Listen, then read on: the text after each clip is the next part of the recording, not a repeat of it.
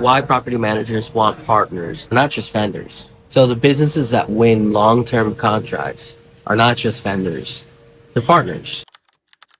Most vendors focus on just one job instead of repeat business. The industry's growing, which equals more opportunity. Sometimes you build relationships and you don't realize how each relationship can produce multiple opportunities. One of the reasons that they create more opportunities is because as a property manager's portfolio grows and they expand, so do your opportunity. The same property manager that you just got in with that has 10, 15, 20 properties or even 100 properties, next year can easily have 200, 300, and in some cases up to 500 with the right maintenance team.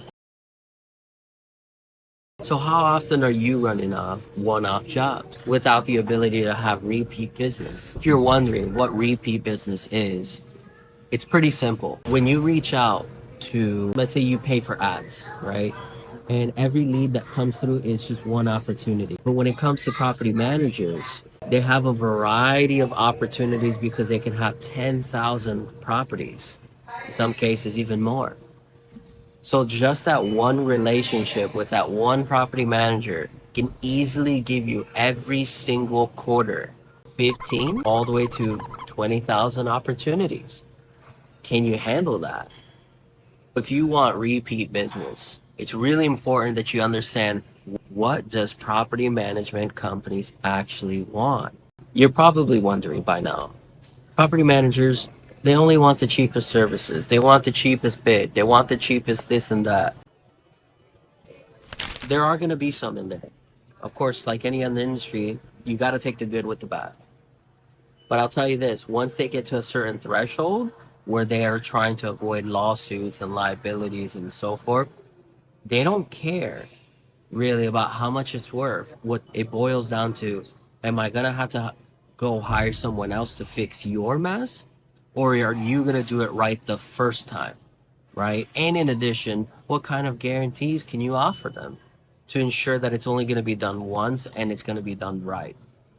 The two top things that property managers would really want from one of their vendors would actually be responsiveness.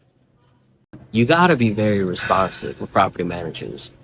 If they have to chase you down, you are not going to be their partner. The second point that property managers really want that most people don't know is that they don't want to have to start the vendor search process all over again. In the event that they can have the right vendor the first time and grow with them as they expand as well, you have alleviated them from an unnecessary process and extra paperwork that they do not want to do. If you're curious as of what will make you stand out in today's market, it's three things. Number one, be consistent. Whatever you do, be very consistent with them. Number two, for you to become trustworthy, which there's a few steps that go in between that, but we could go over that in a later note. The third most important thing is ease of communication. You need to make it really easy for them. If for some reason the property manager has to chase you down, you're gone. You're done with the win. Blouses, it's over. On to the next.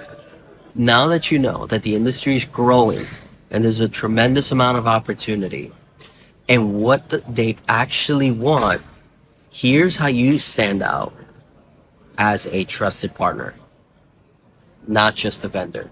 You may have heard the term, be proactive, not reactive. Here's what it really means, is how you position yourself is that instead of waiting for them to tell you what to do, you need to beat them to the punch. You need to serve them. You need to come in quickly, right? You need to execute. You need to give them, you need to show them why you should be that next go-to person.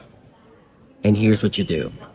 Instead of waiting for them to tell you when to come in, drop by, bring in food, meet the team, ask them, what kind of projects do you guys have down the road that you might need some help with?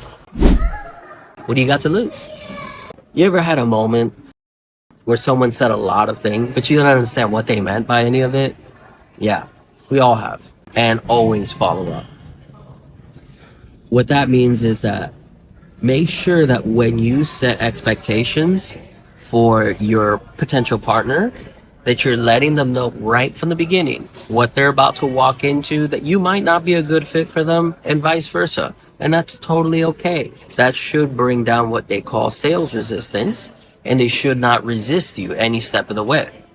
They should be open, especially if you come in as a backup option, which is a very low barrier entry, and let them know from the beginning and follow up. If they have a very particular way that they want to add you as a potential partner, follow up. If they say this is the point, start from there and keep in touch. And look, let me be very clear. When I say follow up, I don't mean you call them and you say, I'm just following up. No, everyone hears that. That is super salesy. What you're going to actually want to do is before you end the call, you tell them, hey, by the way, just so that I could get a hold of you because we got to get all these things sorted out and answered, what is your method of preference when it comes to communication? Do you prefer email? Do you prefer text message? Do you prefer phone call? What's best for you? And then if you'd like, throw in a little joke in there. Do you like smoke signals? See how they respond. They might laugh, they might chuckle, laugh, it's funny. And then you can say, but for real, I actually need your phone number so I can send you out the text message. So now you have the mobile number. To all my home service providers out there, far and wide, if you're tired of chasing one-offs and you want to secure long-term repeat business from property managers, follow us and subscribe and find out how we'll show you how to build those relationships.